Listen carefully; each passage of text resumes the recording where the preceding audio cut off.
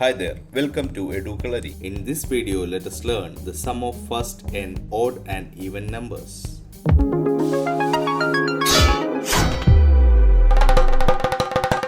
So now let us find the sum of first and odd numbers. If we add the odd numbers 1, 3, 5, 7 and 9, we get 25. This addition is not a difficult process. But what if we need to find the sum of odd numbers from 1 to 100? In order to find the odd numbers from 1 to 100, let us use a formula. It is a simple formula, that is n square. Here, n represents the total number of odd numbers from 1 to 100. But what is the value of n? From 1 to 100, there are 50 odd numbers and 50 even numbers. The total number of odd numbers from 1 to 100 is 100 by 2, that is equal to 50. So now let us substitute the value of n in the formula. So the sum is equal to n square, that is equal to 50 square, and the value is 2500. Now let us find the sum of first n even numbers. Adding 2, 4, 6, 8 and 10 gives 30. But what if we need to find the sum of even numbers from 1 to 100? Here we can use a shortcut formula to find the sum of even numbers from 1 to 100. The formula is n into n plus 1, where n is a number of even numbers. Here also the value of n is equal to 100 by 2, that is equal to 50.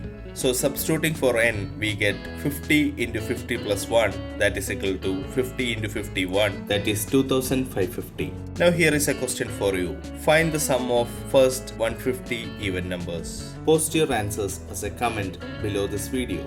In the next video, we will learn the sum of squares and cubes of first and natural numbers. Post your doubts, feedbacks and suggestions in the comment box below this video. If you like this video, give us a thumbs up. For more videos, subscribe to Educalary. Click on the bell icon to get notified when we post more videos. Thank you for watching. Take care.